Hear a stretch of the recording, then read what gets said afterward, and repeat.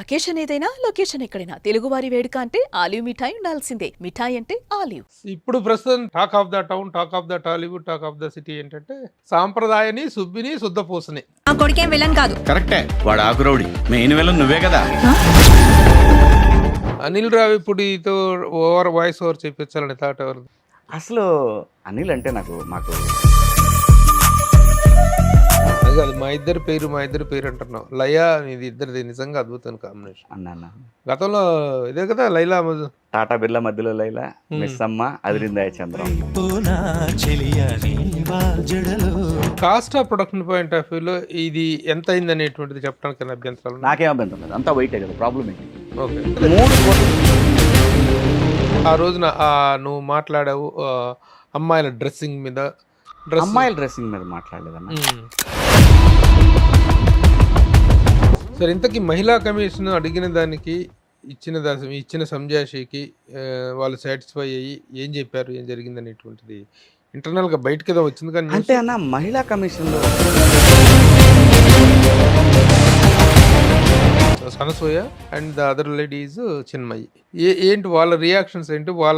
నాకు అసలు సంబంధమే లేదన్న. వాళ్ళు ఎవరో కూడా నాకు తెలియనప్పుడు. What is the present stand of Shivaji as far as politics are concern? అంటే నేనేం గమనించుకుంటే ఉన్నా, ఇది శృతి మించిన తప్పు అని అంటే మాత్రం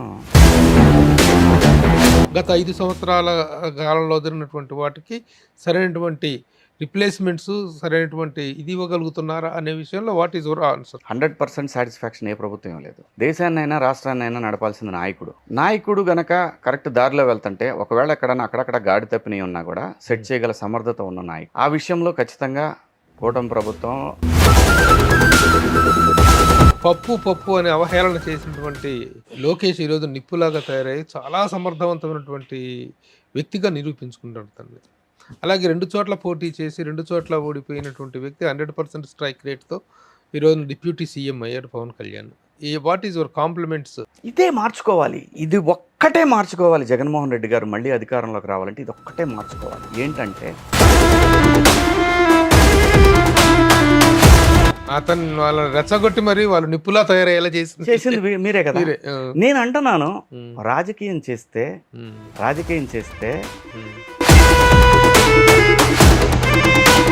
ఓకే, వెరీ గుడ్. మార్చి 6th ప్రేక్షకుల ముందుకు రాబోతుంది. All the best to the entire unit of Sampradayani, Subbini, Shuddhapoosani. Hi, hello, నమస్తే and welcome to my show from the bottom of the heart in Suman TV, the India's largest digital media platform. నా ఎదురుగా ఉన్నాడు పరిచయ వాక్యాలు అవసరం లేని ప్రముఖ నటుడు, నిర్మాత, రాజకీయ నాయకుడు, యాంకరు, రకరకాల పోర్ట్ఫోలియోలతోటి ఈ రోజున మంచి ఫ్లయింగ్ కలర్స్లో కనిపిస్తున్నటువంటి Shivaji is here with me. Hi Shivaji, welcome అన్నా. థ్యాంక్ యూ అన్న. ఇప్పుడు ప్రస్తుతం టాక్ ఏమిటంటే talk of the town, talk of the Tollywood, talk of the city ఏంటంటే సాంప్రదాయని, సుబ్బిని, శుద్ధపూసని. ఇది టాక్ ఆఫ్ ద ఇండస్ట్రీ. ఈ రోజున అద్భుతమైనటువంటి రెస్పాన్స్ వస్తుంది. రిలీజ్ అయిన ట్రైలర్స్కి కానీ, టీజర్స్కి కానీ, సాంగ్స్కి కానీ చాలా మంచి రెస్పాన్స్ వస్తుంది.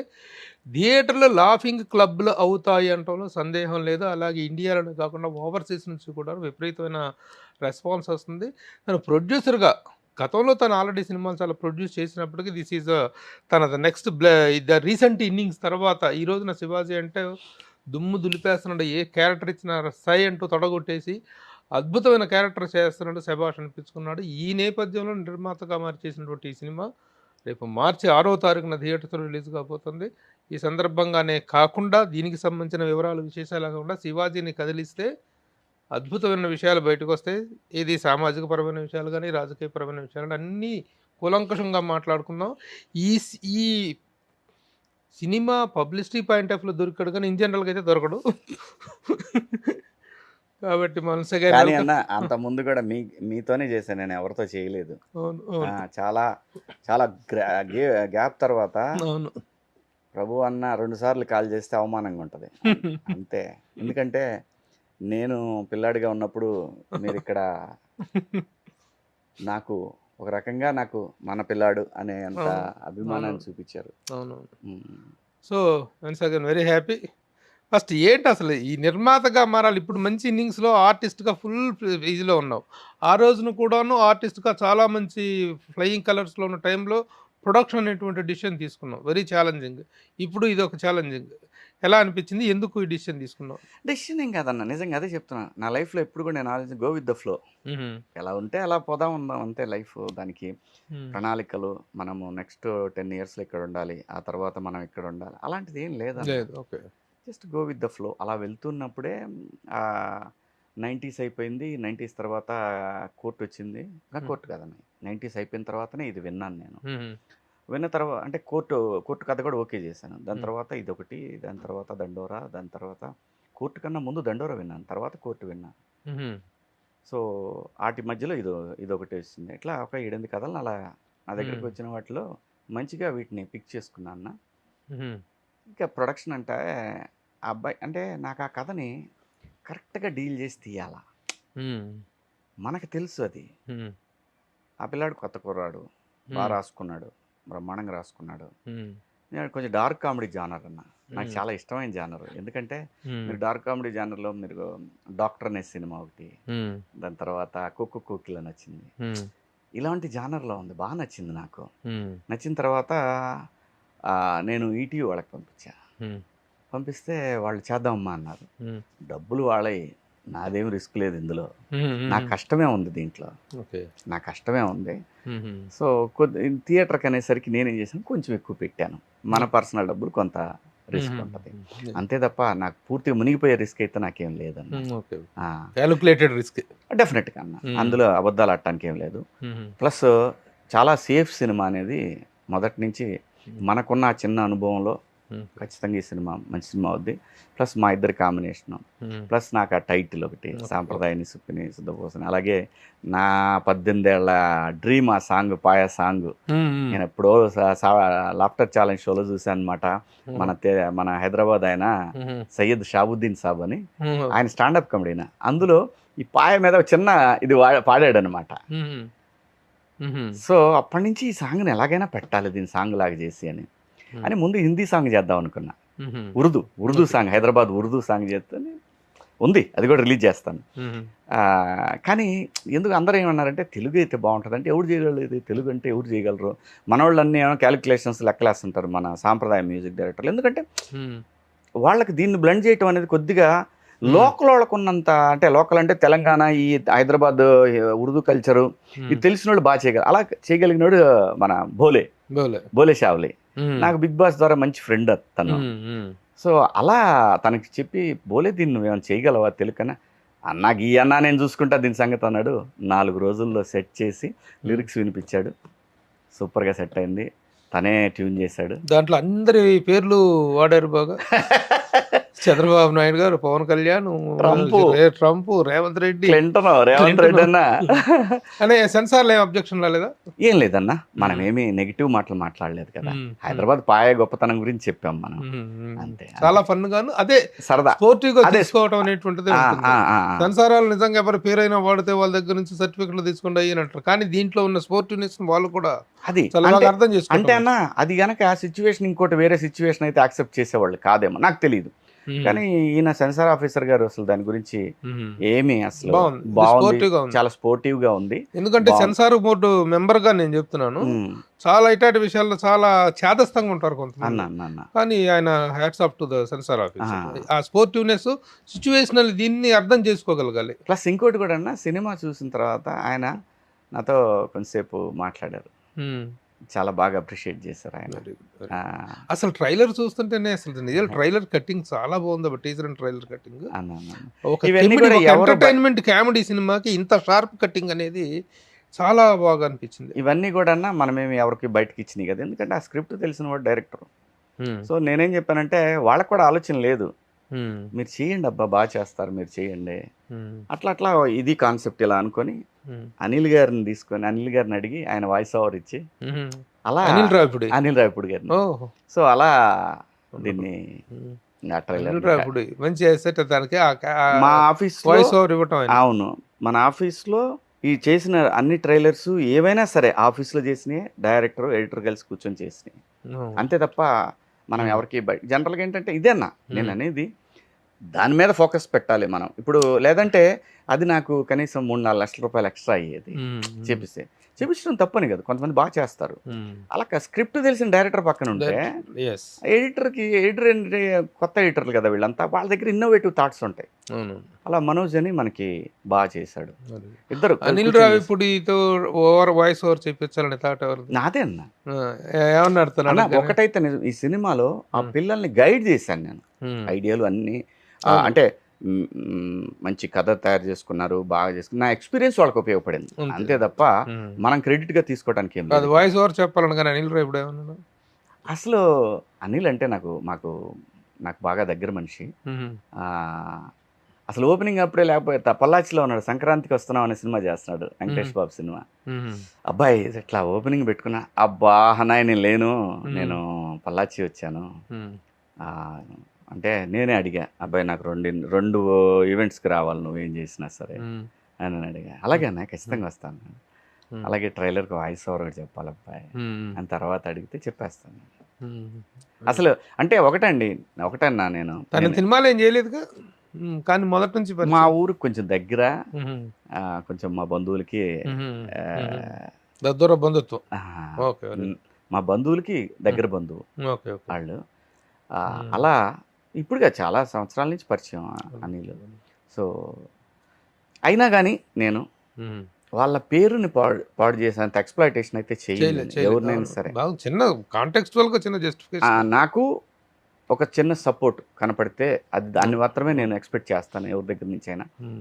ఇది తను చాలా నాకు ఇంకొక తను మెయిల్ చేసింది ఏంటంటే సినిమాని చూసి తను ఏం బాధలేదు, 100% బాగుంది సినిమా, గో అహెడ్ అన్నాడు. మళ్ళీ మెసేజ్ పెట్టా, అబ్బాయి నువ్వు నా కోసం ఏం చెప్పట్లేదుగా అని. చిచ్చి లేదన్నా, ఇక్కడ ఏదన్నా ఉన్నా కానీ కాదన్నా ఇలా చేయని చెప్తా కదా అన్నాడు. చూసి బాగా ఎంజాయ్ చేశాడు. అట్లాగే ఈటీవీ వాళ్ళంటే అనిల్ గారు చూశారనో లేదంటే శివాజీ ఫ్రెండ్స్ చూశారనో ఫ్యామిలీస్, అలా కాదు.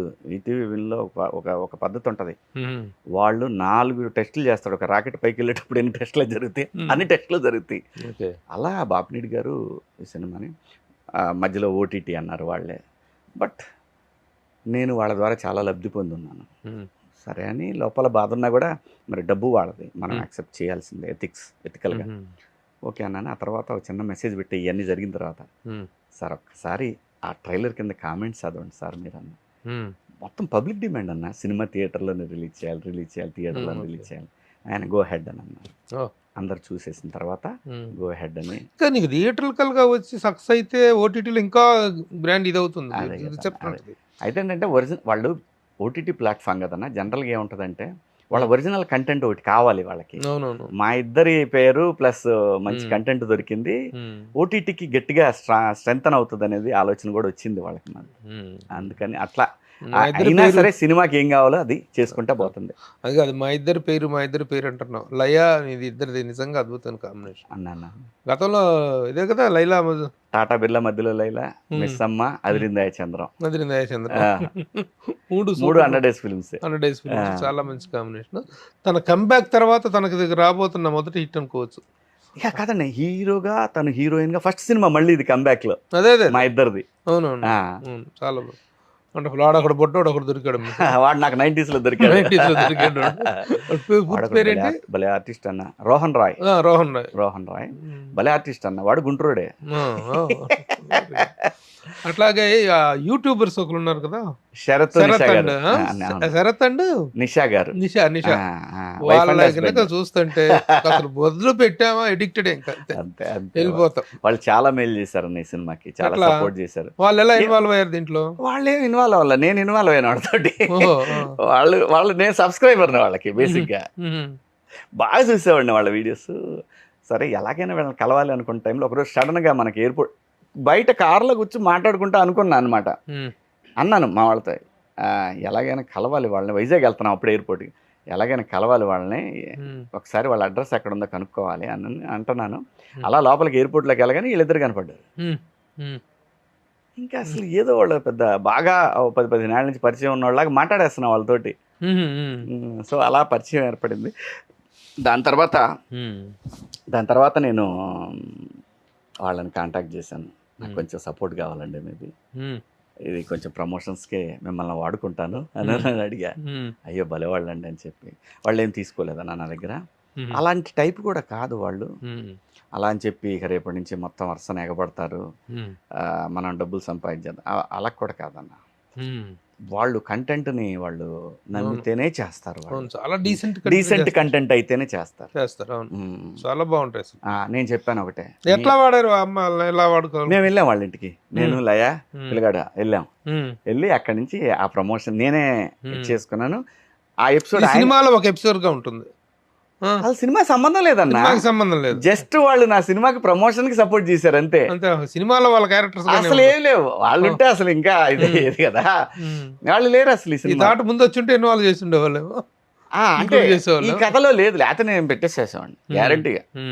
కాకపోతే అన్న వాళ్ళు ఇంత చేసే మూడు మంచిదైతేనే చేసే మూడ్లో ఉన్నాడు అతను. టెస్ట్ ఊరికే టెస్ట్ చేశా ఏంటి ఇంట్రెస్ట్ అంటే, వాళ్ళు కూడా చాలా వస్తుంటారు కదా, అడుగుతుంటారు కదా హీరోగా చేస్తారా సినిమా చేస్తాం అనగానే వాళ్ళు బెండ్ అవుతారు అనుకుంటే కాదు.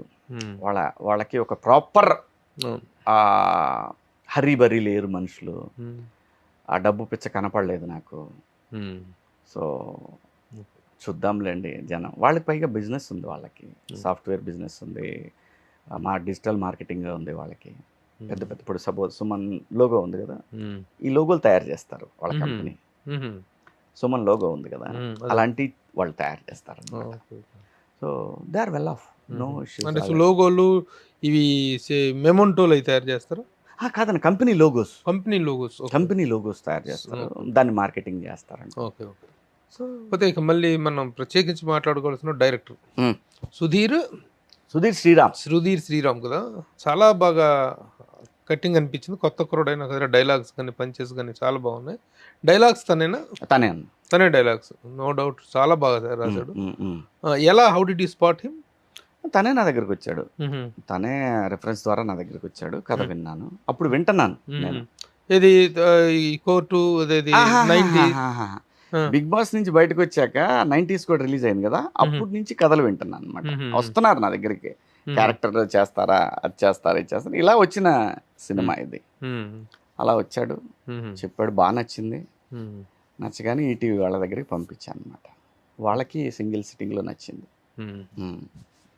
అతని ప్రీవియస్ ఎక్స్పీరియన్స్ ఏంటి? అతను అంటే విపరీతమైన ఎక్స్పీరియన్స్ ఏం లేదు. మన రామ్జీ అని ఎవరు సినిమా అని చేశాడు మన అడవిశేష్ గారితో, ఆ సినిమా డైరెక్టర్ అతని దగ్గర ఇతను అసిస్టెంట్. Okay okay. అలాగే మరి ఒక్కంత వంశీ గారి దగ్గర ఒక సినిమాకి ఏదో రైటర్గా కూడా పనిచేశాడు, నితిన్ గారి సినిమాకి. దాని తర్వాత ఇంకంతే నాకు చెప్పినవి అవే. సో బట్ ఏంటంటే బాగా రాసుకున్నాడు. సో ఎక్కడైనా తడబడుతుంటే మనం ఉంటాం కనుక ఆ ధైర్యంతో నేను పర్లేదు కొత్త డైరెక్టర్ అయినా నేను. తర్వాత నీకు ప్రొడక్షన్ కొత్త కాకపోయినా పరిస్థితులు మారిపోయినాయి. గతంలో తీసినప్పటికీ ఇప్పటికీ ఏం మారలేదన్న, అన్ని అబద్ధాలు మారినాయి అంటాను, ఏమీ లేదు. కాలానుగుణంగా మనకి పెంచే రేట్లు పెరుగుతాయి, దాని తర్వాత టెక్నికల్గా మారింది అంతే తప్ప 24 క్రాఫ్ట్సే ఉన్నాయి, షూటింగ్ టైమింగ్స్ అవే ఉన్నాయి, లైట్లు అవే ఉన్నాయి. అంటే నువ్వంటే డిసిప్లిన్గా ఉన్నావు కాబట్టి నువ్వు చెప్పగలవు సుభాషి. ఇప్పుడు మామూలుగా బయట అయితే నువ్వు 6 o'clock అయితే ప్రొడ్యూసర్గా కమ్ హీరోగా నువ్వు 6 గంటలకు వచ్చి సెట్లో కూర్చుంటే 6 గంటలకు రావాలని 9 to 6 కాల్ షీట్, అంటే ఆ కాల్ షీట్ని రెస్పెక్ట్ చేయాలని ఉంటుంది.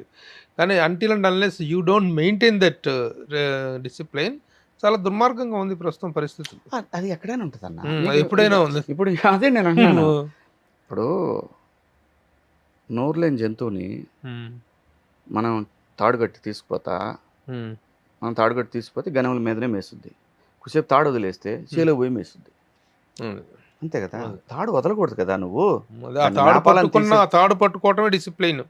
That is what I'm telling, అంతే కదా. ఎందుకంటే ఈ మధ్య కాలంలో ఎక్కడైనా అన్న మీరు కాదు, సింపుల్ గా ఇదే కంపెనీ అనుకుందాం, వదిలేయకూడదు కదా ఓనర్, వదిలేస్తే ఏముంది అంటే ఎవరైనా తింటారని కాదు, ఎవరు తినరు అసలు సినిమా ఇండస్ట్రీ ఎవరు తినరు. ఇప్పుడు ఇంటర్వ్యూ విషయంలో కూడాను 10 o'clock శివాజీ ఇంటర్వ్యూ అని ఫిక్స్ అయ్యాము. నేను 10 o'clock ఇక్కడికి రావడానికి ఒక ½ minute నువ్వు లోపలికి ఎంటర్ అయ్యావు, నీ వెనకాల నేను ఎంటర్ అవుతున్నా. నేను వచ్చిన తర్వాత శివాజీ రావాలని కోరుకున్నాను నేను అనుకున్నా, నాకంటే ముందే ఒక హాఫ్ మినిట్ ముందు వచ్చింది అనుకున్నా.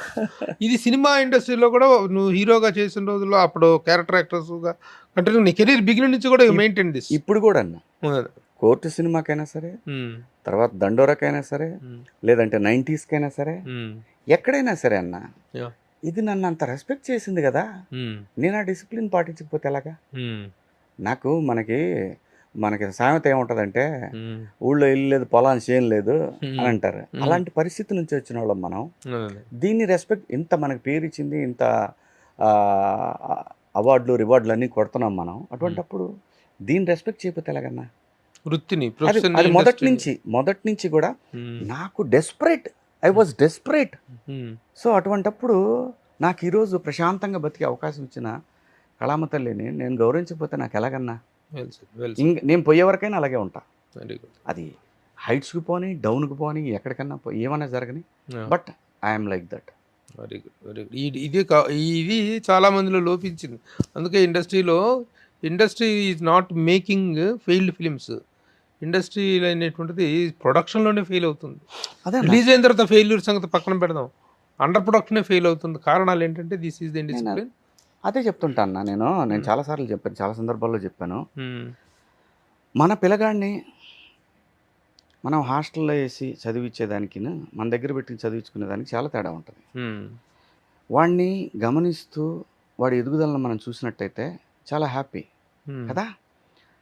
వాడిని అలా వదిలేసి, ఎరా వచ్చావా ఇంటికి అని నేను అడిగాను అనుకో, నాన్న ఇంకా రాలేదు, వాడు 5 minutesలో ఉంటా నాన్న అని చెబుతాడు.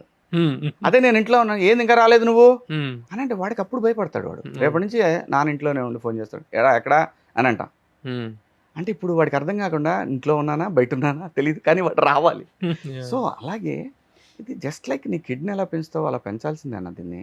లేకపోతే ఇక్కడ ఎవరు దొంగలు లేరు, మీరు అవకాశం ఇస్తారు. తలుపు తెచ్చిపెట్టి జాగ్రత్తగా ఉండాలి అని అంటే సతీయుగం కాదు కదా ఇది. Cost of production point of వ్యూలో ఇది ఎంత అయింది అనేటువంటిది చెప్పడానికి అభ్యంతరాలు? నాకేం అభ్యంతరం లేదు, అంతా వైటే కదా. ప్రాబ్లం ఏంటి? ఓకే, పోయింది, ఆ రోజులు పోయినాయి అన్న. బ్లాక్లు పోయినాయి, 10 ఏళ్ల క్రితమే పోయినాయి. ఇప్పుడు ఏంటి, బ్యాంక్ లోన్లు తీసుకొని చేస్తున్నారు, లేదంటే ఫైనాన్షియర్స్ కూడా వైటే చేస్తున్నారు.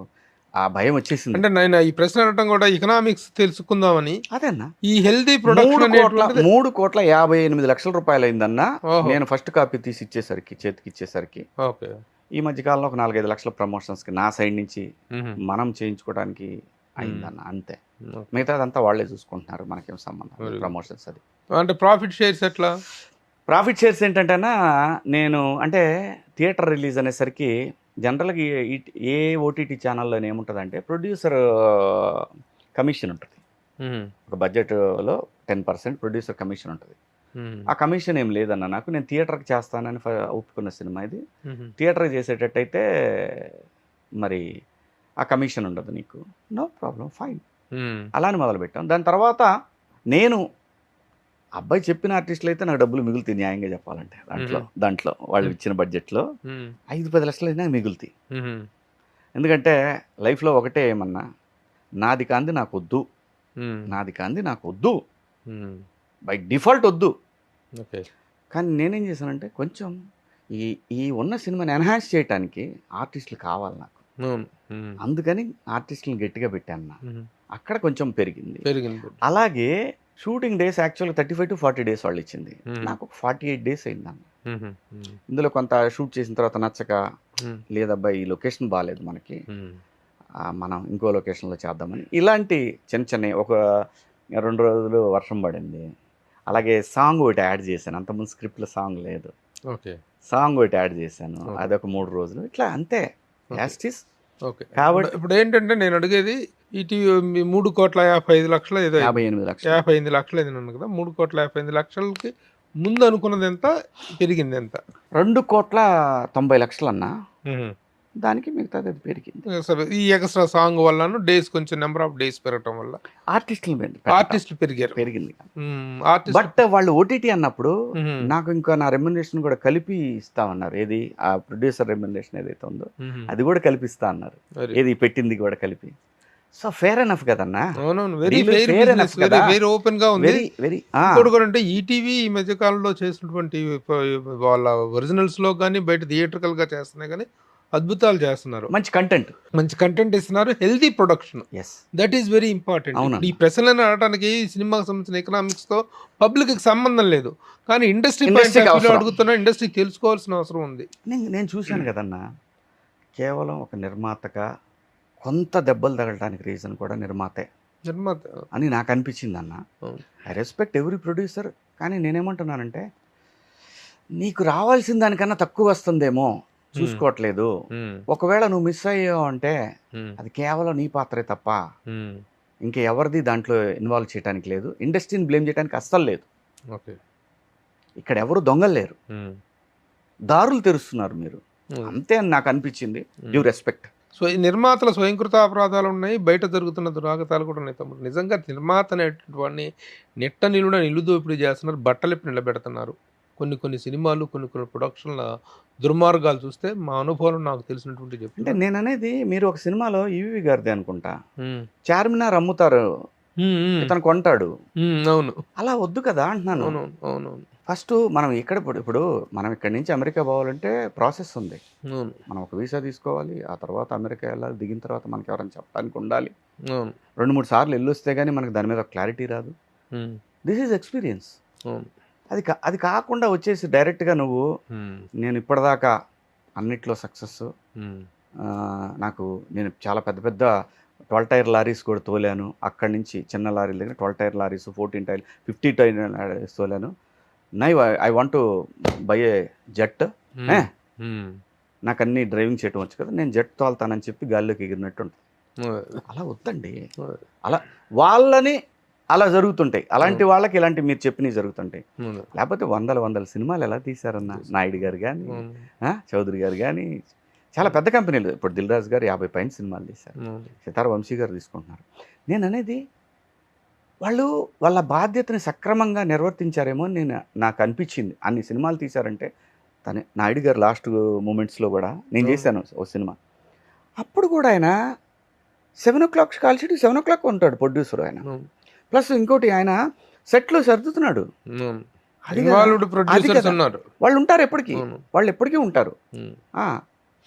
పోతే ఇది అయిపోతే next March 6th is the release date అన్న. ఎలా చేసావు, బిజినెస్ ఎలా జరిగింది? ఓవర్సీస్ థియేటర్కి వచ్చావు? అంతా ఓన్ రిలీజే అన్న, అంతా ఓన్ రిలీజే. అది మన వీళ్ళు చేస్తున్నారు, వంశీ నందిపాటి గారు, బన్నీవాస్ గారు, టీవీ వర్క్స్. ఓకే, బన్నీవాస్ వాళ్ళు రిలీజ్ చేస్తున్నారు, వాళ్ళు డిస్ట్రిబ్యూషన్ వాళ్ళు భలే స్మెల్ చేస్తున్నారు. మంచి మంచి సినిమాలు ఎక్కడ ఉన్నా అంటే ఏముంటుంది మీకు తెలియదే ఉంది. ఇప్పుడు సరే నాకు మీతో బిజినెస్ కరెక్ట్ గా ఉందనుకోండి, నేను మిమ్మల్ని మీరు నన్ను ఫాలో అవుతారు, నేను మిమ్మల్ని ఫాలో అవుతాను. అంతే, విన్ సిచ్యువేషన్. బాగుంది. వాళ్ళ గోయింగ్ కూడా చాలా బాగుంది. అంతే అన్న. ఓవర్సీస్ వచ్చేసి మనకి అథర్వ భద్రకాళి అని వాళ్ళు ఈ మధ్య చాలా సినిమాలు చేస్తున్నారు. మొత్తం వరల్డ్ వైడ్ వాళ్ళే రిలీజ్. అది కూడా డిస్ట్రిబ్యూషన్ అన్న, దానికి ఏమి అమ్మటము అట్లాంటి ఏం లేదు. కర్ణాటక కూడా డిస్ట్రిబ్యూషనే చేస్తున్నారు. కానీ ఈ సినిమాకి నిజం చెప్పాలంటే చాలామంది డిస్ట్రిబ్యూటర్స్ చాలా ఎంకరేజింగ్ ఉందన్న. అంటే ఈటీవీ వాళ్ళు పూర్తిగా అమ్మరు సినిమాని. అలాగే తమిళనాడుకి అడిగారు, చెన్నై, కొంచెం మన తెలుగు ప్రాంతాల్లో వేయటానికి, అది కూడా అయిపోద్ది అన్న. బాగుంది, ఏ మాటకి ఆ మాట. సినిమాకి మార్కెట్లో కనపడుతుంది. ఓకే, March 6th రిలీజ్ కాబోతుంది. All the best. Thank you అన్న. ఇప్పుడు ఈ ఇన్నింగ్స్లో మరొక ప్రత్యేకమైన పాయింట్, గతంలో కానీ ఇప్పుడు కానీ ఈ ప్రొడక్షన్ చేసేసావు, యాక్టింగ్లో మంచిగా చేసావు. ఇక ఈ టేస్ట్ని బట్టి చూస్తుంటే డైరెక్షన్ కూడా త్వరలో ఉండొచ్చు అనే. చేయనన్న, నాకు రాదన్న. నేను సలహా ఇవ్వగలనే కానీ ఇది ఇలా ఉంటే బాగుంటుందమ్మా అని అనుభవంతో నేను కథ రాయలేను. కానీ రాసిన కథను నేను కరెక్ట్గా జడ్జ్ చేయగలను, దాన్ని ఇంప్రూవైజ్ చేయగలను కావాలంటే.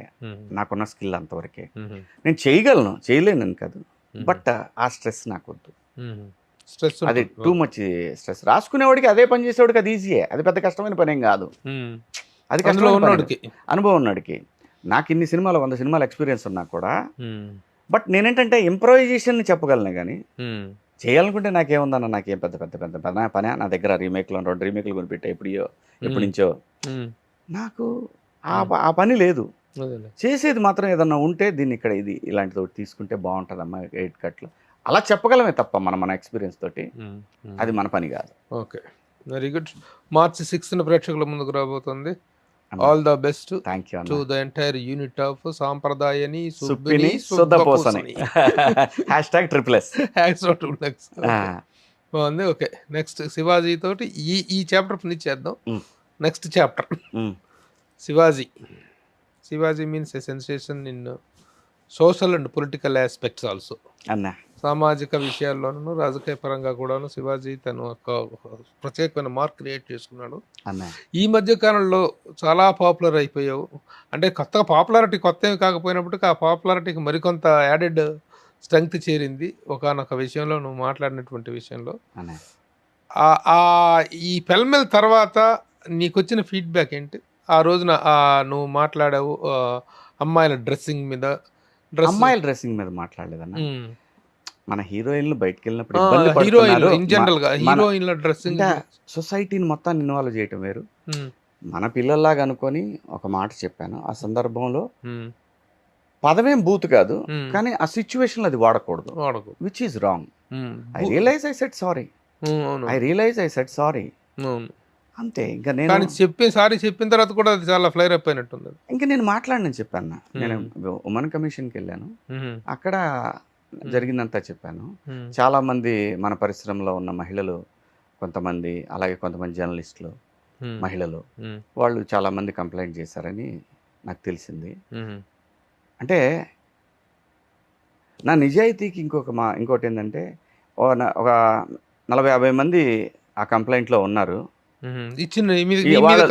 కంప్లైంట్ ఇచ్చిన వాళ్ళలో, కంప్లైంట్ చెప్తున్న వాళ్ళలో ఎవరు పేపర్ మీద ఇవ్వలేరు. మళ్ళీ వాళ్ళల్లో నుంచి ఒక ఇద్దరు, ఏంటి బాస్ ఇంత కసి ఉంది నీ మీద, ఇంత గ్రడ్జ్ ఉంది అంటే, నేను అనేది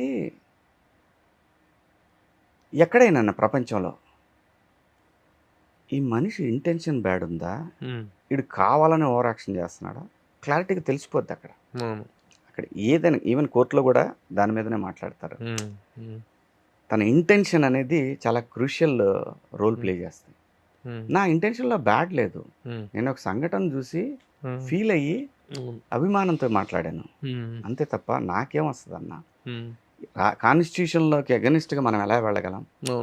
తిండి బట్ట అనేది వాళ్ళ పర్సనల్ చాయిస్.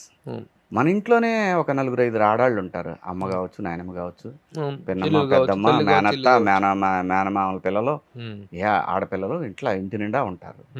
జనరల్గా 99% జనాభాలో ఎవడ కూడా ఈ దేశంలో మన భారతీయ సంస్కృతిలో ఆడవాళ్ళకి పెద్దపేట ఉంటుంది. ఎక్కడ వాళ్ళని తొక్కేసి అణచివేసే అంత ధోరణి అనేది ఎక్కడ కనపడదు.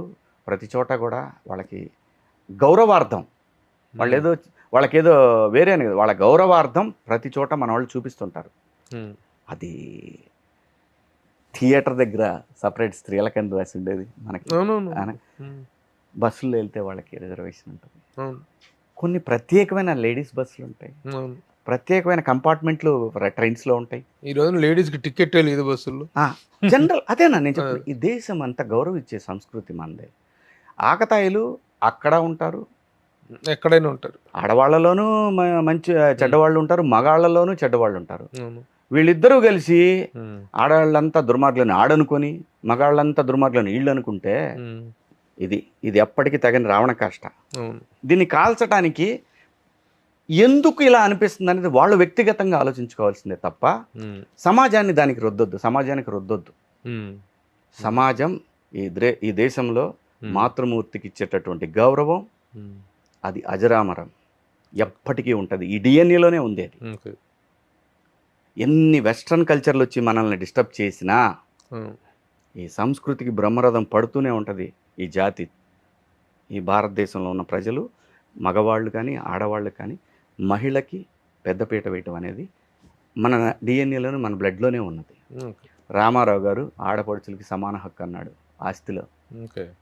ఎక్కడ న్యాయం జరిగితే ఎవరు ఊరుకుంటాము? మన కళ్ళ ముందు ఈ ఆడపిల్ల కన్నా అలా జరగమను ఊరుకుంటామా మనం?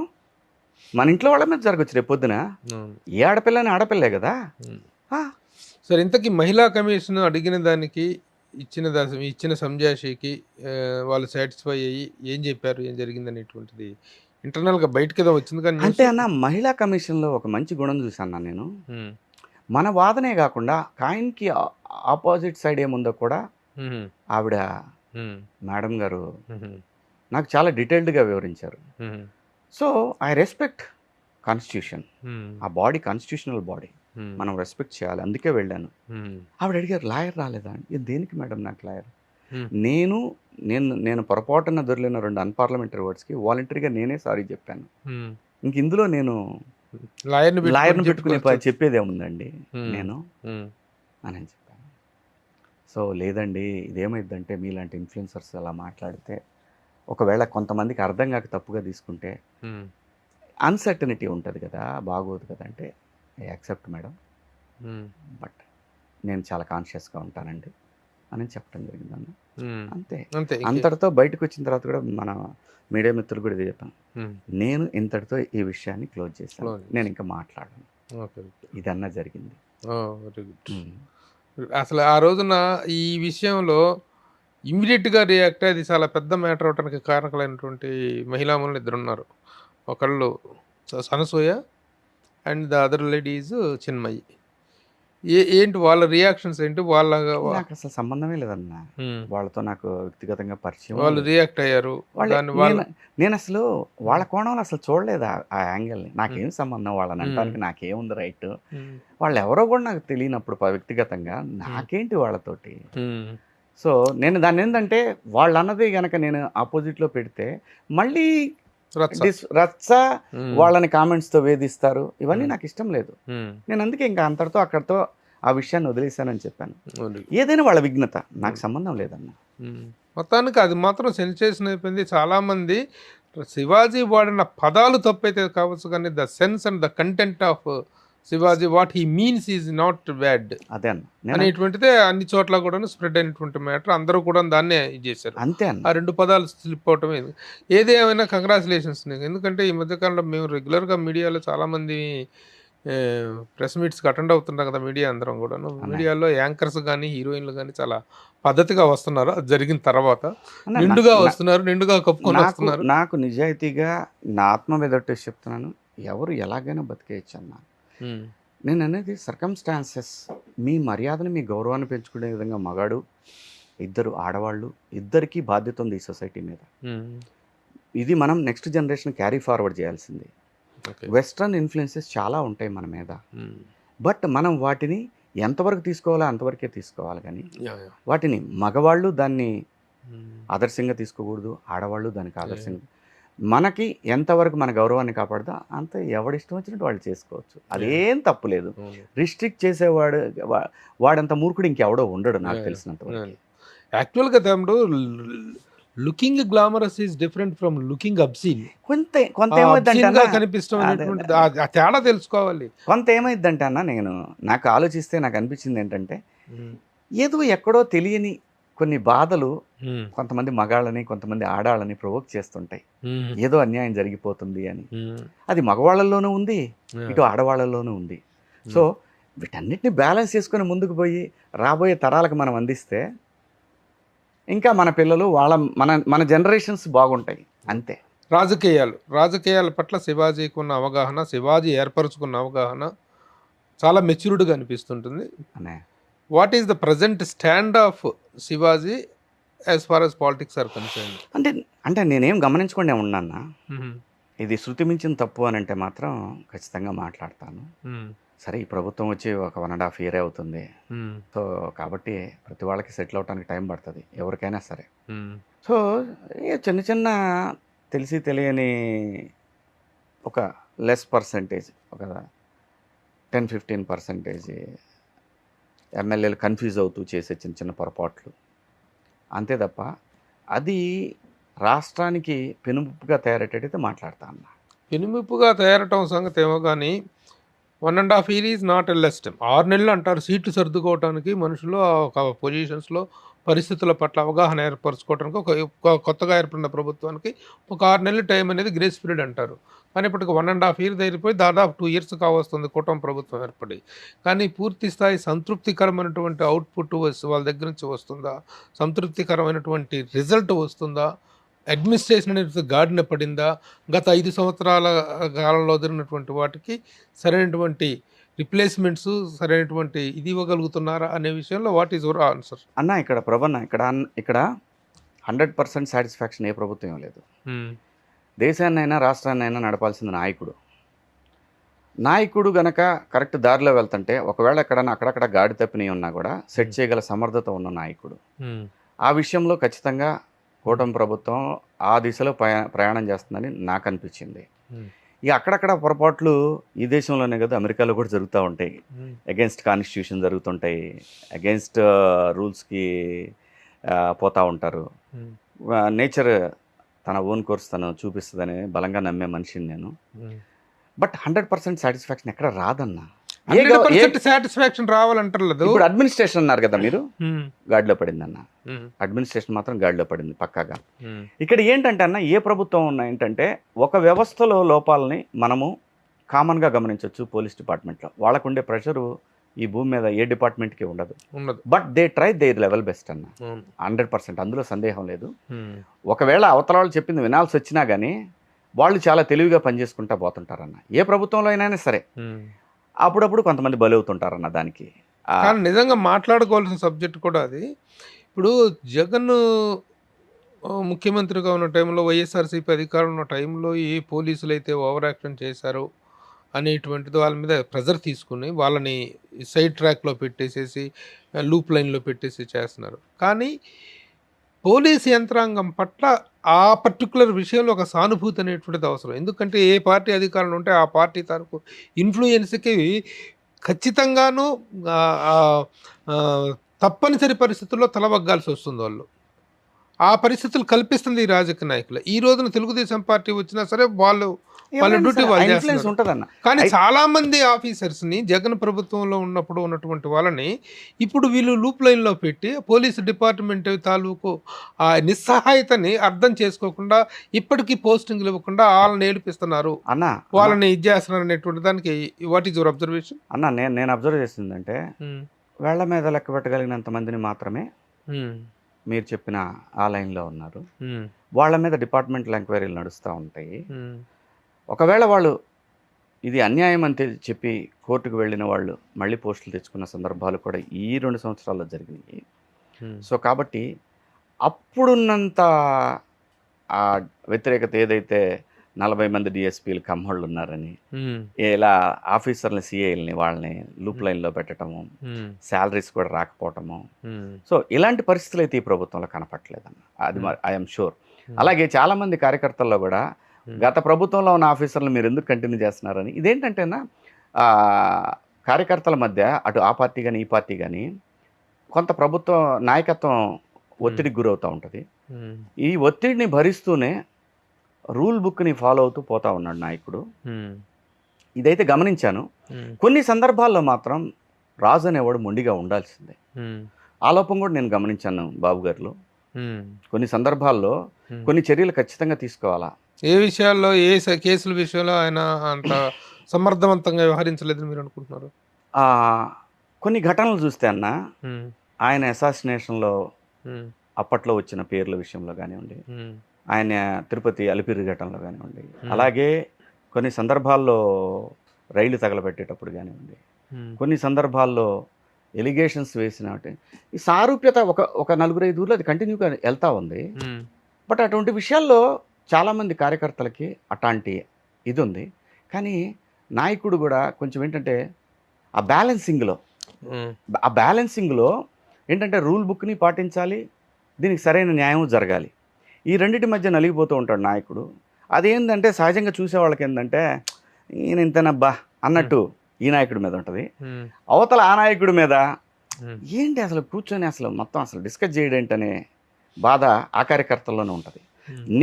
నేను గమనించేదంటే వీటన్నిటినీ మించి అతీతంగా ఉండాల్సింది ఏంటంటే అసలు గ్రామీణ ప్రాంతం ఎలా ఉంది? గ్రామీణ ప్రాంతాల్లో ఉంటున్నారు అసలు. అత్యంత విలువైనటువంటి అగ్రికల్చర్ని రేపు పొద్దున ఏదైతే మన ఈ ఏఐ వచ్చిన తర్వాత ఈ సర్వీసెస్ రంగం కుదేలైతే ఈ దేశాన్ని కాపాడే ఏకైక రంగం అగ్రికల్చర్. ఎక్కడా కూడా మొదటి నుంచి అంటే నాకు ఊహ తెలిసిన దగ్గర నుంచి, నేను కాలేజీ నుంచి బయటకు వచ్చిన దగ్గర నుంచి, అంటే గడిచిన 25 ఏళ్లలో ఈ 25 ఏళ్లలో నేను గమనించింది ఏంటంటే డిపార్ట్మెంట్లో, చాలా డిపార్ట్మెంట్లు, అది అగ్రికల్చర్ డిపార్ట్మెంట్ కానీ, ఇరిగేషన్ డిపార్ట్మెంట్ కానీ, హెల్త్ డిపార్ట్మెంట్లో కానీ, అలాగే ఫుడ్ సెక్యూరిటీ ఏదైతే ఫుడ్ ఇన్స్పెక్టర్ ఉంటుందో ఈ డిపార్ట్మెంట్స్ కానీ నేను ఎప్పుడు చూడలేదన్న వీళ్ళని ప్రజలతో కోఆర్డినేట్ అవుతూ సమాజంలో మేము ఉన్నాము అని చెప్పేదాన్ని మాత్రం నాకు కనపడలేదు. ఏ గవర్నమెంట్లోనూ కనపడలేదు, విచ్ ఈజ్ రెడిక్యులస్. ఇవి కావాలి. ఇక్కడ మనకి ఏవైతే మనకు ప్రాజెక్టులు వస్తున్నాయి, చాలా పెద్ద పెద్ద అభివృద్ధి కార్యక్రమాలు జరుగుతున్నాయి, కానీ వీటికి అండర్ కరెంట్గా జరుగుతున్న అవినీతి మీద ఖచ్చితంగా ఫోకస్ చేయాల్సిన అవసరం ఈ ముఖ్యమంత్రి గారికి ఉంది, రేపు రాబోయే ముఖ్యమంత్రుల మీద ఉంటుంది, గతంలో గడిచిన ముఖ్యమంత్రి మీద. దీంట్లో ఎక్కడో లోపం మాత్రం ఖచ్చితంగా కనిపిస్తుంది ప్రతి ముఖ్యమంత్రి దగ్గర నుంచి. ఇది సరిదిద్దుకోవాల్సిన అవసరం ఎంతైనా ఉందన్న. ఏదేమైనా ఈ 1.5 ఇయర్లో కూటమి ప్రభుత్వం దగ్గర నుంచి వస్తున్నటువంటి కూటమి ప్రభుత్వం మీద వస్తున్నటువంటి విమర్శలు అనేటువంటి వస్తున్నాయి, చాలా విషయాలు వస్తున్నాయి. గతంలో అద్భుతాలు ఏవో జరుగుతాయని ఆశించారు. సింపుల్ గా నేను చెప్తున్నా, అద్భుతాలు ఏవో జరుగుతాయని ఆశించారు. అద్భుతాలు ఎలా జరుగుతాయి? ఇప్పుడు అమరావతి విషయంలో, అమరావతి దగ్గర ఉన్న అమరావతిని డెవలప్ చేయడానికి అవసరమైనటువంటి చర్యలు ఇమీడియట్ గా తీసుకుంటున్నారు, అంతవరకు ఓకే. కానీ మీరే వేస్తున్నారు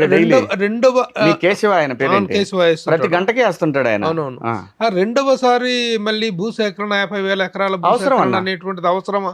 దాని వల్ల రియల్ ఎస్టేట్ కుదేలైంది అనేటువంటిది అక్కడ మొత్తం దెబ్బతిన్నది.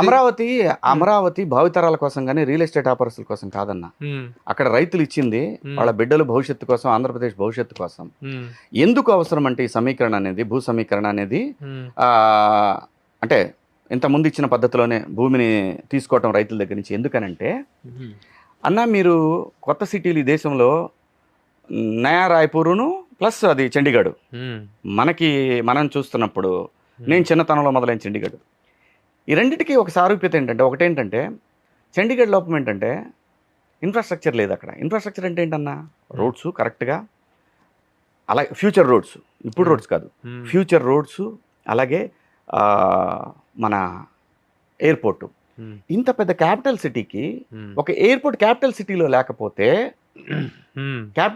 లేకపోతే ఇంటర్నేషనల్ కనెక్టివిటీ. ఇప్పుడు మీకు ఎగ్జాంపుల్, నేను ఎన్నో రోజుల నుంచి మొత్తుకుంటున్నది ఇది జనంతో ప్లస్ రాజకీయ నాయకులతోటి. బాస్, ఇవాళ దుబాయ్ మళ్ళీ ప్రపంచాన్ని ఒకసారి ఆలోచించుకోమని చెప్తుంది. ఒక చిన్న యుద్ధం వస్తే దుబాయ్ అల్లాడిపోతుంది. దుబాయ్కి ఆల్టర్నేట్ అయ్యే పరిస్థితి ఈ దేశంలో ఉన్న ఒకే ఒక సిటీ అమరావతి. అటు సౌత్ ఈస్ట్ ఏషియాకి కానివ్వండి, ఇటు వెస్టర్న్ కంట్రీస్కి వెళ్ళటానికి కానివ్వండి, మిడిల్ ఈస్ట్కి వెళ్ళటానికి కానివ్వండి, అమరావతి పెద్ద హబ్ అయ్యే అవకాశం ఉంది విత్ ఏవియేషన్. ఎందుకంటే ఈ దేశంలో వాటిని ఏమంటారంటే దాన్ని ఆ భాషలో చెప్పాలంటే, మన భాషలో మాట్లాడుకుంటే సర్వీసింగ్ సెంటర్.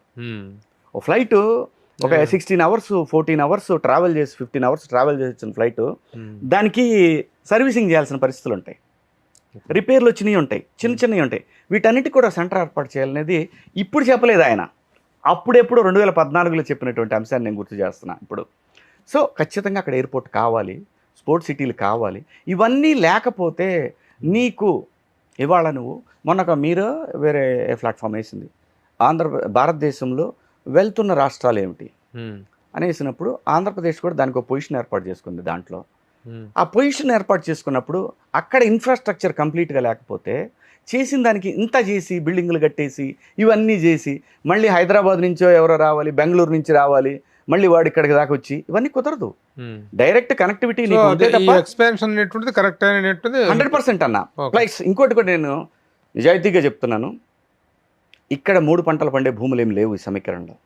నాకు బాగా తెలుసు, నేను ఆ ప్రాంతం వాడిని కాబట్టి నాకు బాగా తెలుసు. మనకి ఒక 20-30 గ్రామాలు మాత్రమే బ్రహ్మాండంగా పండేటటువంటి భూములు గత సమీకరణలో ల్యాండ్ పూలింగ్లో జరిగినటువంటి వాటిలో ఒక 15-20 మాత్రమే గ్రామాలు మాత్రమే అది కూడా కొన్ని వేల సంవత్సరాల నుంచి కృష్ణానది పరివాహక ప్రాంతం కావటం వల్ల బ్రహ్మాండంగా పండుతాయి. నువ్వు ఆ ఏరియాలో ఇల్లు కట్టుకుని మొక్కలు వేసుకున్నా కూడా నువ్వు ఆ మొక్కల మీద బతికేయచ్చు. అలాంటిది ఉంది. కానీ డ్యాములు కట్టినా ఇలాంటి సిటీలు కట్టినా త్యాగాలు చేయాలి, తప్పదు. ఇది భావి తరాల కోసం చేసేది ఈ పనులన్నీ కూడా. సో ఆ సమీకరణలో ఎటువంటి అన్యాయమూ లేదు, రైతులకి మేలు జరుగుద్దే తప్ప ఏం కాదు. రియల్ ఎస్టేట్ ఎలా దేశానికి అభివృద్ధి అవుద్దన్నా? కాదు, ఎప్పటికీ కాదు. ఇన్ఫ్లేషన్ అది కారణం. అది ఒక అపార్ట్మెంట్ కానీ ఎస్ఎఫ్టీ 15,000 అంటానికి హైదరాబాద్ నగరంలో 15-20,000 అంటన్నా దుర్మార్గం కాకపోతే. ఆంధ్రప్రదేశ్ పోతే అక్కడేమన్నా 7,000, 8,000, 10,000, అక్కడ పోతే 15,000. What the hell? భూమి లేకనా అందరికి కోపాలు వస్తాయి. ఒక విల్లా 25 కోట్లు 30 కోట్లు ఏంటన్నా? ఏంటిది? రేపు ఇప్పుడు ఇవాళ ఇంత డబ్బు పెట్టి తీసుకుని బ్యాంక్ లోన్లు తీసుకొని జీవితకాలం దానికి ఇచ్చేయాలా? ఇది చివరికి ఓల్డ్ అయిపోద్ది. ఓన్లీ గ్రౌండ్కే వాల్యూ ఉంటుంది. ఇదంతా నేను అనేది ఎప్పుడైనా సరే ఫ్యూచర్ని ఆలోచించి చేసేటట్టయితే ఇన్ఫ్లేషన్ పెరగకూడదు. పెరగకపోతే 40-50 ఏళ్ల తర్వాత, ఒక 20-30 ఏళ్ల తర్వాత తరాలు బాగుపడతాయి. మనందరం సంపాదించేది దీనికి బిడ్డల కోసమే కదా. అదే చేస్తున్నారు అక్కడే చెయ్యాలి. అక్కడ ఖచ్చితంగా మీరు చూడండి, సెంట్రల్ గవర్నమెంట్ ఫండ్స్ అన్నింటినీ జాగ్రత్తగా బ్రహ్మాండంగా వాడుకుంటుంది ఈ కూటమి ప్రభుత్వం. ఆ ఫండ్స్ని మీరు కనెక్టివిటీ, రైల్ కనెక్టివిటీ కనపడుతుంది, ఎయిర్పోర్ట్ కనెక్టివిటీ కనపడుతుంది. మీకు చుట్టుపక్కల మొత్తం కూడా ఒక 10 నేషనల్ హైవేస్ వచ్చేసినాయి లైన్లు. జగన్ గారి గవర్నమెంట్ కూడా ఆ హైవే లైన్ వచ్చింది. ఏది ఇటు మార్చారు దాన్ని, ఇటు ఉన్నదాన్ని కర్నూలు మీదుగా ఉన్నదాన్ని ఆయన ఏం చేశారంటే ఇటు మార్చారు, వాళ్ళ ఊరి మీద కడప మీదుగా. బట్ వాట్ ఎవర్, ఎటు మార్చినా కానీ, ఎటు మార్చినా పర్వాలా. మొత్తానికైతే మనకు ఒక హైవే లైన్ పడింది కదా బెంగళూరు నుంచి విజయవాడకి బ్రహ్మాండంగా. నిజంగా ఇప్పుడు ఇది మొత్తం డెవలప్మెంట్లోకి వస్తుంది.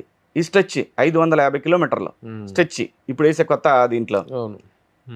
సో కాబట్టి అన్న ఏ ప్రభుత్వంలో అయినా మంచి జరుగుతుంది. ప్రతి ప్రభుత్వంలో కూడా ఎంతో కొంత మంచి. ఇంతకీ ఈ కూటమి ప్రభుత్వంలో బీజేపీ పాత్ర గురించి ఏం చెప్తావు? యా, డెఫినెట్గా అన్న బీజేపీ విన్-విన్ సిచ్యువేషన్. ఇది విన్-విన్ సిచ్యువేషన్ అంతే. ఒక మాటలో చెప్పాలంటే విన్-విన్ సిచ్యువేషన్. మీరు నాకు చేయాల్సిందే, మేము మీకు చేస్తాం, ఇంతే. కాదు, ఎవరు గెలిస్తే వాడైనా అవార్డు అన్నట్టుగా తప్ప గతంలో జగన్ ప్రభుత్వం మీద కానీ ఇది వచ్చినటువంటి అభియోగాల మీద కానీ బీజేపీ సెంటర్లో ఉన్నటువంటి బీజేపీ ఎలాంటిది చేయలేదు, చర్యలు తీసుకోలేదు. ఇప్పటికి కూడాను జగన్ అక్రమాస్తుల కేసుల విషయంలో కానీ, జగన్కి సంబంధించినటువంటి కేసుల విషయంలో, ఏ విషయంలో కూడాను సెంట్రల్ పూనుకుంటే చేయగలదు, సెంట్రల్ అనేటువంటిదే కాపాడుతుంది, ప్రొటెక్టింగ్ ఈ దేశంలో అనేటువంటిది ఉంటుంది. అన్నా నిజంగా చెప్తున్నాను, ఈ దేశంలో ప్రక్షాళన చేయాల్సిన డిపార్ట్మెంట్లు 3 ఏవైతే ఉన్నాయో మనకి 4 పిల్లర్స్ని 100% ప్రక్షాళన చేయాల్సిన విషయం మాత్రం పక్కాగా ఉంది. అవినీతి అనేది చాలా రూటెడ్గా వెళ్ళిపోయింది. ఇది ప్రక్షాళన చేయకపోతే ఈ తరాన్ని, ఈ దేశాన్ని కాపాడటం ఎవరి వల్ల కాదు, జరగాల్సిందే. ఒకవేళ నిజంగా ఆయన మంచోడైతే బయటకు వచ్చేస్తాడు కదా హ్యాపీగా. ఈయనన్నా వాలంటరీగా అడగాలి, వాళ్ళన్నా చేయాలి. అలాగే ఈయన మీదకి ఉన్న వాటినైనా వాలంటరీగా వీళ్ళన్నా అడగాలి, వాళ్ళన్నా చేయాలి. మనము రాజకీయం అనేది అడ్మినిస్ట్రేషన్కి, రాజ్యాంగానికి అతీతమైంది కాదు. ఇది అది ప్రూవ్ చేయగలిగితే ఈ దేశం 3 ట్రిలియన్ ఎకానమీ అవటం చాలా దగ్గరలోనే ఉంటుంది. ఈ 4 వ్యవస్థలు ఏవైతే ఈ రాజ్యాంగానికి, దేశానికి 4 పిల్లర్స్ అని చెప్తున్నారో ఇవి అవినీతిమయం అయిపోయి ఉన్నమాట అందరికీ తెలిసిన సత్యమే. ఏంటి అందరం మాత్రం సాయంత్రం పూట మనం ఇలాగే కూర్చొని డిబేట్లో మంచితనం గురించి అద్భుతంగా మాట్లాడేసుకోవటం, అది తప్పు ఇది తప్పు ఇవన్నీ మనం మాట్లాడేసుకుంటాం. ఇది ఏంటంటే ప్రస్తుతం నడుస్తుంది గుడ్డి కంటే మెలనయం అని వెళ్ళిపోవటమే. సరే, ఆంధ్రప్రదేశ్ సంబంధించిన రాజకీయంగా 2 వ్యక్తులు ఎక్స్పెక్టేషన్లను మించిపోయినటువంటి పర్ఫార్మెన్స్లు ఇచ్చేసి రిజల్ట్ చేసినటువంటి వ్యక్తులు 2 కనిపిస్తున్నారు. పప్పు అని అవహేళన చేసినటువంటి లోకేష్ ఈరోజు నిప్పులాగా తయారై చాలా సమర్థవంతమైనటువంటి వ్యక్తిగా నిరూపించుకుంటాడు. అలాగే 2 చోట్ల పోటీ చేసి 2 చోట్ల ఓడిపోయినటువంటి వ్యక్తి 100% స్ట్రైక్ రేట్తో ఈరోజు డిప్యూటీ సీఎం అయ్యాడు Pawan Kalyan. What is your compliments? ఇప్పుడు పవన్ కళ్యాణ్ అంటే ఒక యాక్టర్గా కూడా ఒక మీ ఫ్యామిలీకి సంబంధించిన వ్యక్తినే అనుకోవాలి కదా, is a co actor. How do you వీళ్ళిద్దరిని ఎలా కాంప్లిమెంట్ చేస్తారు? ఇప్పుడు ప్రాబ్లం ఏంటంటే ఇప్పుడు ఈ ఇంటర్వ్యూలో నేను ఎక్కువగా ఇంటర్వ్యూ చూడటం కన్నా కింద కామెంట్స్ చూడాల్సి వస్తాయి. ఎందుకు ఇదే మార్చుకోవాలి. ఇది ఒక్కటే మార్చుకోవాలి జగన్మోహన్ రెడ్డి గారు మళ్ళీ అధికారంలోకి రావాలంటే ఇది ఒక్కటే మార్చుకోవాలి. ఏంటంటే ఫస్ట్ అసలు నా పార్టీలో ఎందుకు ఇంత దారుణమైన ఓటమి వచ్చింది అనేది ఒకసారి కూర్చొని చింతన్ బయటక్ ఒకసారి ఏం జరిగింది, సపోజ్ తిరుపతి దాని మీద వచ్చింది, కూర్చొని తాత్కాలికంగా ఆ వ్యక్తిని మెంబర్షిప్ని తాత్కాలికంగా ఫ్రీ చేయి, కూర్చో, ప్రజలకు ఎందుకు ఇంత వ్యతిరేకత కలిగింది నా మీద ఆలోచించు. అది లేకుండా ఏ సోషల్ మీడియాలో తగులుకొని ఏఐని వాడుకొని ఇష్టం వచ్చినట్టు పోతా ఉంటే నేనంటున్నా అతను భయం క్రియేట్ చేశాడు. ఆయన ఎలా చేశాడని పరిధిలో దానికి అన్నిటికన్నా కూడా ఒక భయమైన వాతావరణం నెలకొంది. అతని మీద ఉన్న తక్షణం ఆయన మీద ఉన్నటువంటి ఆ అంశాన్ని రూపుమార్చుకోవాలంటే ఈ పర్రాలు లప్పారప్పాలు ఇవి కాదు. వాళ్ళు వచ్చిన భయం ఏముండదు, మా స్వేచ్ఛని వాళ్ళు లాగేసుకోరు అనే ధైర్యాన్ని ఇవ్వాలి ప్రజలకి. ఇలాంటి వాటిలో ఆయన అవగాహన తెచ్చుకుంటే చాలా మంచిది. ఇప్పుడు నా మీద ఎక్కువ మంది బ్యాడ్ కామెంట్స్ పెట్టరు, కానీ ఖచ్చితంగా తెలిసిపోతుంటాయి, కొన్ని కామెంట్స్ వస్తుంటాయి. ఇవి ఖచ్చితంగా వాళ్ళ దగ్గర నుంచి వచ్చాయి. ఎందుకు అంటున్నాను, ఎందుకు? నేను అందరినీ ప్రశ్నిస్తాను, నాకేం ప్రాబ్లం లేదు. పవన్ కళ్యాణ్ గారిని మీరు ఎన్ని అన్నాలో అన్నీ అనేశారు, ఏమైంది? ప్రజలు బ్రహ్మరథం పట్టారు, 100% రిజల్ట్ ఇచ్చారు. ఇందులో మీ పాత్ర వల్లే ఎక్కువైనా ఆ రిజల్ట్ రావడానికి కారణం. రెండోది మా లోకేష్ గారిని పప్పు అన్నారు. ప్రపంచమేమో పప్పు కాదు అతను నిప్పు అని చెప్తుంది. ఇప్పుడు దీన్ని ఎవరు దీన్ని ఎలా ఏం చేయాలి? దాన్ని అంతగా ప్రొజెక్ట్ చేసి అతను వాళ్ళ రెచ్చగొట్టి మరి వాళ్ళు నిప్పులా తయారయ్యేలా చేసింది మీరే కదా. నేను అంటున్నాను, రాజకీయం చేస్తే ప్రజలు మన వెనకాల నిలబడాలి. రాజకీయం చేస్తే ప్రజలు మనం చూసి భయపడకూడదు. ప్రస్తుతం వైసీపీ గవర్నమెంట్లో వాళ్ళు ఏం చేశారు, అది ఆయనకున్న కేసులు ఇవన్నీ పక్కన పెడితే భయపడుతున్నారు. ఈ భయం నెక్స్ట్ ఎలక్షన్ మీద ఉంటుంది, ఖచ్చితంగా ఉంటుంది. ఈ భయం ఇప్పటికి పోద్దనుకో, అది పోగొట్టే పని చేసుకుంటే మాత్రం మళ్ళీ వాళ్ళు ఫైట్ చేసుకుని మళ్ళీ తిరిగి అధికారంలోకి రావాలి. కానీ ఇప్పటికీ కూడా అధికారంలో ఉన్నప్పటికంటే కూడా ఎక్కువగానే రియాక్ట్ అవుతున్నారు కదా. అదే కదా చెప్పింది ఇందాక పదం. ఆ భాష రాజకీయ నాయకుడు మొండివాడు కాదు, అదే వచ్చింది సావు. ఇక్కడ మొండితనం చూపిస్తే సెట్ అవుతారు ఎవరైనా సరే, మొండితనం చూపించాడు. అందుకే వద్దులే మనకి ఎందుకులేని వదిలేసాం. మనం కూడా మనకి ఎందుకు శుభ్రంగా సినిమాలు చేసుకుని, మనకి భగవంతుడు ఇచ్చిన స్కిల్ నటించరాను అని చెప్పాడు, దాంతో పోదాం. కానీ ఈ సోల్కి ఏంటంటే బాధ, మనం ఇంత పేరు వచ్చింది, మనం ఎట్టగా వెళ్ళిపోతాం. రామారావు వెళ్ళిపోయారు, దాని తర్వాత చాలామంది వెళ్ళిపోయారు, మనం కూడా వెళ్ళిపోతాం, మన తర్వాత ఇంకా చాలామంది వెళ్ళిపోతారు. ఇవన్నీ జరుగుతాయి. At the end of the day ఎందుకు బినామీలు పరం చేయటం, ఎందుకు డబ్బు ఎంత సంపాదించినా ఏ రాజకీయ నాయకుడైనా బినామీల పేరు మీద పెట్టాల్సింది. కోట్లు, ఇన్ని 100,000 కోట్లు సంపాదించిన ప్రజల కోసం చేయండి బా, నిలబడిపోతారు. మీ కొన్ని తరాలు చెప్పుకుంటాయి. ఎన్టీ రామారావు గారిని ఎలా చెప్పుకుంటారు? ఆయన కూడా ఇంకొక 10 ఏళ్ల తర్వాత మర్చిపోతారు. ఆయన్ని కూడా మనకే మతిమరుపు వచ్చింది, ఆ టైంకి ఆయన కూడా అసలు మర్చిపోతారు. కాబట్టి నా బాధ అంతా ఇదే. అందుకే నేను ఇది మాట్లాడే మీరు సబ్జెక్ట్ తీస్తే నేను చాలా దూరం వెళ్తాను. అందుకే నేను కంట్రోల్ చేసుకొని ఎంతకి రాజకీయంగా ఏదైనా ఒక స్థానంలో చూడొచ్చా శివాజీని? గో విత్ ద ఫ్లో కాదు, నాకు అసలు తెలియదు కాదు. ఇప్పుడు గత 10 సంవత్సరాలుగా 15 సంవత్సరాలుగా చేస్తున్నటువంటి పోరాటంలో శివాజీ చాలా అవుట్రేటెడ్గా, చాలా ధైర్యంగా, ఎన్నెన్నో దారుణమైనటువంటి సిచ్యువేషన్స్ ఫేస్ చేస్తూ తెలుగుదేశం పార్టీకి సపోర్టర్గా, మంచిగా సపోర్టర్ అనేటువంటిది వేరే విషయం, విమర్శించారు. ఏదైనా ఇప్పుడు నీలో ఉన్నటువంటి హానెస్టీని గౌరవించి ఏదైనా ఆఫర్ నీకు వచ్చే అవకాశం ఉందా, లేదా ఆఫర్ తీసుకునే అవకాశం? నేను ఆలోచించనన్నా, గౌరవం అనేది రావాల్సిందే తప్ప. అసలు యాక్చువల్గా బయట అనుకోవటం ఇంతగా తను విశ్లేషణాత్మకంగా మాట్లాడుతున్నాడు, ఇంతగా కన్సర్న్డ్గా ఫీల్ అవుతున్నాడు. కాబట్టి శివాజీని పిలిచి మాట్లాడదామని ఒకసారి ఎవరైనా తెలుగుదేశం వాళ్ళు కానీ, కూటమి వాళ్ళు కానీ, మన జనసేన వాళ్ళు కానీ అనుకున్నారా?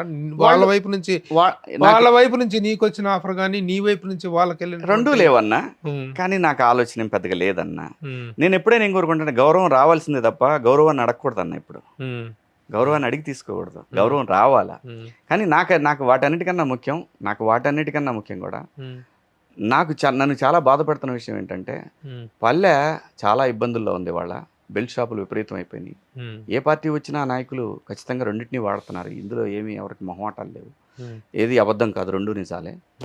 నేను అనేది నాకు నన్ను బాదర్ చేస్తున్న అంశం పల్లె.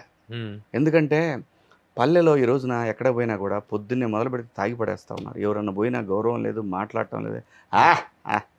ఇదే పరిస్థితి, ఏ బజారుకి పోయినా ఇదే పరిస్థితి ఉంది. పనిచేసేవాళ్ళు లేరు, మొత్తం పొలవమని సిటీలకు వెళ్ళిపోతున్నారు. అక్కడ పనిచేసేవాడు ఎవడు లేనప్పుడు ఉచితాలు ఎక్కువైపోయినాయి. నా ఉద్దేశంలో నేను రిక్వెస్ట్ చేసింది ఏంటంటే, అక్కడ పరిశ్రమ గురించి కూడా అడిగాను. నేను లోకేష్ గారిని అక్కడ పరిశ్రమ గురించి కూడా అడిగాను. నేను అనేది ప్రతి చోట కూడా పరిశ్రమ ఉండాలి. మన జనరేషన్కి వెళ్ళిపోద్ది అన్న, మనకేం కాదు, మనల్ని వీళ్ళు బంగారంలా చూసుకుంటున్నారు, దీంట్లో ఏమనలేదు. నేను అంటున్నాను ఎప్పుడు కూడా అక్కడ కూడా ఒకటి ఉంటే అక్కడ కూడా టాలెంట్, కళలు బతకాలి కదన్నా, అక్కడ కూడా ఒక టాలెంట్ ఉంటుంది. వాళ్ళు కూడా ఆ ప్రాంత ప్రజలకు కూడా ఒక అవకాశం ఇవ్వాలి. ఈ తరం నాయకులు కనుక ఇవ్వకపోతే ఈ తరాన్ని మాత్రం వాళ్ళు ఎప్పటికీ క్షమించలేరు. ఆ విషయాలు అడుగుతాను తప్ప పోతే నేను మరి సార్ పోయావా, కలిసావా? అయిన తర్వాత నేను ఆ చిన్నాయన్ని 3 సార్లు కలిశాను. గెలిచిన తర్వాత నేను కేవలం నేను ఏదైనా సమస్య గురించి మాట్లాడటానికి వెళ్తాను తప్పితే నా గురించి మాట్లాడుకోవడానికి నేను ఎప్పుడు. లోకేష్ ను ముఖ్యమంత్రిని చేయడం కోసమే చంద్రబాబు నాయుడు గారి ఎజెండా ఉంది. త్వరలో ఆయన ఈ పీరియడ్ లోనే ముఖ్యమంత్రిగా తనను నామినేట్ చేసే అవకాశం ఉందన్నటువంటిది వైసీపీ వాళ్ళు చేస్తున్నటువంటి ప్రచారం. ఇందులో ఉన్న వాస్తవాలు ఏంటి, ఇందులో ఉన్నటువంటి పాసిబిలిటీస్ ఏంటి? Lokesh also result to be frank, he is also proof himself with very strong content and commitment. ప్రజల గౌరవాన్ని, ప్రజల మెప్పును పొందితే ఎవరైనా అవ్వచ్చు అన్న సీఎం, దానికి ఏముంది. పవన్ గారు అవ్వచ్చు, లోకేష్ బాబు అవ్వచ్చు. జనసేనలో కూటమిలో కొత్తలు, కూటమిలో లోకలు అనేటువంటిది కూడా ఇవన్నీ యూట్యూబ్ న్యూస్లే. వాళ్ళ సఖ్యత మధ్య నీ అభిప్రాయం ఏంటి? దే ఆర్ ఫైన్ అన్న, వాళ్ళు చాలా హ్యాపీగా ఉన్నారు, వాళ్ళు సంసారం బాగా చేసుకుంటున్నారు. మనకెందుకు మధ్యలో గోళ? ఎప్పుడు కూడా దాంట్లో ఏలు పెడితే ఏమైంది, మనకే బొక్కడిద్ది. సరే, ముద్రగడ లాంటి వాళ్ళు వచ్చేసి కాపు కమ్మ అనే నా సినిమా నేను ప్రచారం చేసుకుంటున్నా అన్న. నా సినిమా నువ్వు చేయట్లేదు కదా, నా సినిమా నువ్వు చేయట్లేదు కాదు. కాపు కమ్మ విభేదాలు సృష్టిస్తున్నారు, కాపుల్ని తొక్కేస్తున్నారు. అది నాకు కాపుల ఆత్మగౌరవాన్ని పవన్ కళ్యాణ్ కమ్మ వాళ్ళ దగ్గర తాకట్టు పెట్టాడు అనేటువంటి విమర్శలకి as an observer, political observer అన్న, ఇక్కడ అల్టిమేట్ గా ప్రజలదన్న. ఏ కమ్యూనిటీ అయినా ప్రజలే, వీళ్ళందరూ కూడా ఒక ప్రజలు, ఒక ప్రాంతంలో నివసించే ప్రజలు. ఏది మంచి ఏది చెడు అని నిర్ణయించుకోలేనంత పరిస్థితులు ఎవరూ లేరు. ఎవరు గొడ్డలు దించుకున్నా, అది నేను దించుకున్నా, లేదంటే ఇంకొకళ్ళు ఎవరైనా దించుకున్నా, గొడ్డలు దించుకున్నా, అక్కడ యూట్యూబ్ కంటెంట్ కోసం ఉపయోగపడిద్దే తప్ప ప్రజల దగ్గర నుంచి పొందాల్సినటువంటి గౌరవం నాయకులుగా మనం చేసే పనిని బట్టి వాళ్ళు గౌరవిస్తారు తప్ప, మనం ఏదన్నా కార్డులు తీసుకొని పోతే ఆ కార్డులకి వాళ్ళు నిలబడేటట్టయితే ఏంటి ఈ సమాజం ఇంకా లోపలికి పడిపోద్ది. హోదా పదవి లేనటువంటి రాజకీయ ప్రస్థానాన్ని కలిగినటువంటి ఏకైక వ్యక్తి ఈ రోజున శివాజీ. ఈ ప్రస్థానం ఎంతకాలం కొనసాగుతుంది? నేను బతుకున్నంతకాలం చేస్తా అన్న, నాకేం ప్రాబ్లం లేదు. ఎందుకంటే నాకు ఇంత గౌరవాన్ని ఇచ్చింది, ఇంత రెస్పెక్ట్ని ఇచ్చింది ఈ సినిమా. సో అటువంటిప్పుడు ఈ సినిమా అంటే ప్రజల ద్వారా వచ్చింది. సో ప్రజల కోసం నేను బతుకున్నంతకాలం మాట్లాడాలి. సినిమాలో అయితే శివాజీ అంటే హీరో అనేటువంటి ఒక హోదా ఉంది, రాజకీయాల్లో ఏముంది అంటున్నా? రాజకీయాల్లో శివాజీ ఒక సమాజంలో పౌరుడన్నా. పౌరుడు అనేటువంటి పవర్ఫుల్, అంతే కదా. Common man. Very good. Sir తమ్మునేలు ఇచ్చా అన్నావు. మీ తమ్ములైనతో కూడా వస్తుందా? మీరేదో తమ్ములైన మీరేదో దాని మీద రియాక్ట్ అవుతారు, తిడతారు. నేను ఎందుకు అవుతాను? నేను అవును, చచ్చిన అవును, ఏదో వేసుకున్నాడు బాబా. మరి అంటే నేను అనేదన్నా, మరి ఇవాళ రేపు ఎలా ఉందంటే అన్న, యూట్యూబ్ యాంకర్లు వీళ్ళందరూ కొంతమంది, అందరని నేను కొంతమంది ఏంటంటే, నేను వీళ్ళకంటే నీకంటే చాలా తినువైన, నిన్ను చూడు ఎలా తొక్కేస్తాను ఈ ఇంటర్వ్యూలో అనే పంతా ఒకటి ఉంది చూసావా, అక్కడ బాధ వేస్తాను. అందుకే ఎవరు పెద్దగా ఇంట్రెస్ట్ చూపిట్లా ఇంటర్వ్యూ ఇవ్వటానికి, అన్లెస్ వాళ్ళు జర్నలిస్టులు లైక్ యూ, లైక్ నిన్న మనం చేసిన అందరు జర్నలిస్టులు కానీ, మిగతా వాళ్ళు ఏంటంటే ఇలాంటి ఒక ఆలోచన అనుకుంటున్నారు నీ గురించి అని ఒక నెగిటివ్ క్వశ్చన్ వేసేస్తే ప్రోపగండా ఇలాంటిది క్రియేట్ చేసి మాట్లాడుతూ ఉంటారు. ఎప్పుడో రోజు ఎదురు దెబ్బ తగులుద్ది, అప్పుడు ఏం చేస్తావు? కానీ చాలా మేము కూడాను మీడియా పరంగా చాలా విషయాల్లో ఇబ్బందులు పడుతున్న సందర్భాలు అంటే అదే కంప్లైంట్స్ ఈ విషయంలో తెలిసి తెలియని మేము వచ్చి బెళ్ళలేసుకుంటారు మెళ్ళ, మేము జర్నలిస్ట్ అని. తమ్లైన్ అనేటువంటిది సాధారణంగా ఇంటర్వ్యూ చేసే రిపోర్టర్ చేతిలో కూడా ఉండదు. అది ఎస్ఈఓ చేసేటువంటి లోపల ఎస్ఈఓలు చేస్తారు. ఏది ఏమైనా very happy your innings. Second innings అన్నా థర్డ్ ఇన్నింగ్స్ అనాలా ఏదోటన్నా go with the flow. But as an యాక్టర్గా, యాజ్ ఎ ప్రొడ్యూసర్గా, ముఖ్యంగా యాక్టర్గా ఫైర్ బ్రాండ్ క్యారెక్టర్స్ చేస్తున్నాం అబ్బా. థ్యాంక్ యూ అన్న. రియల్లీ ఫ్యూచర్లో మాత్రం ఒక క్యారెక్టర్ యాక్టర్గా you're going to fill up a very big blank. Thank you అన్న. ఫిల్ అప్ చేయబోతున్నాం. All the best. Thank you అన్న. మార్చి 6వ తారీఖున రాబోతున్నటువంటి సాంప్రదాయని సుబ్బిని సుద్దపోసని బాగుంది. #SSS #SSS పెద్ద సక్సెస్ కావాలని ఆశిస్తూ all the best. Thank you అన్న. బాయ్, నమస్తే. థ్యాంక్ యూ అన్న.